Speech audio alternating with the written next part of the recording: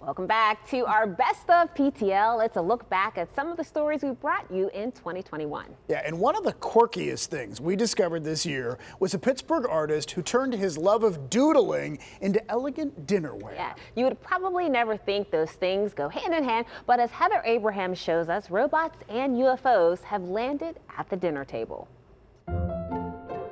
Doodling is what Don does, and for a while, it was just that. His sketches whimsical, fun, quirky. Sea monsters and robots and aliens and spaceships.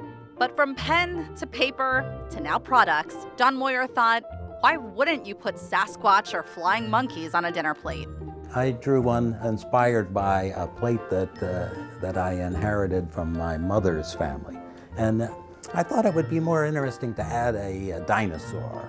In his search for something to do in retirement, this plate, inspired by the Blue Willow design, was perhaps Don's first piece of proof that he had something special. A Kickstarter page in 2013 helped fuel what would become Calamity-ware. The first project was sort of fun. I almost made enough money to pay for the plates. Even with no profit the first time around, it was enough to push him to make something else. And then another, taking his daily sketches and turning them into something uniquely fun and useful. I talk about auditioning. In this case, the product is going to be a troll bowl. From t-shirts to puzzles, bandanas, a plate with ants, why not? My drawings are intended to amuse me. The best drawings make me laugh.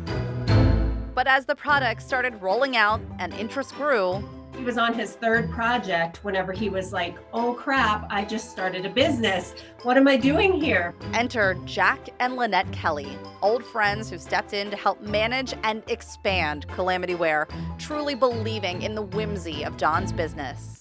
When you have a store, it starts to get serious. And until then, it's just Don and his playpen. I loved what you wrote in your email, that 2020 just seemed to be the year that people needed zombie poodles. I think that our stuff is just so whimsical and creative and still useful and beautiful that people were like, I'm gonna treat myself to this really cool thing that I've always wanted. This pattern was used for a duffel and tote bags. It's dinosaurs on bicycles. It's the Skedaddleosaurus bag. Things would have been different if the dinosaurs could have escaped that comet. As Don showed off his work from over the years, you can tell this isn't work, it's fun. And what else is life if it can't be a dinner party with robots and zombie poodles? Well, all the products are trying to be beautiful and useful and fun. The epidemic has been hard on a lot of people, but I've noticed that they didn't lose their sense of humor.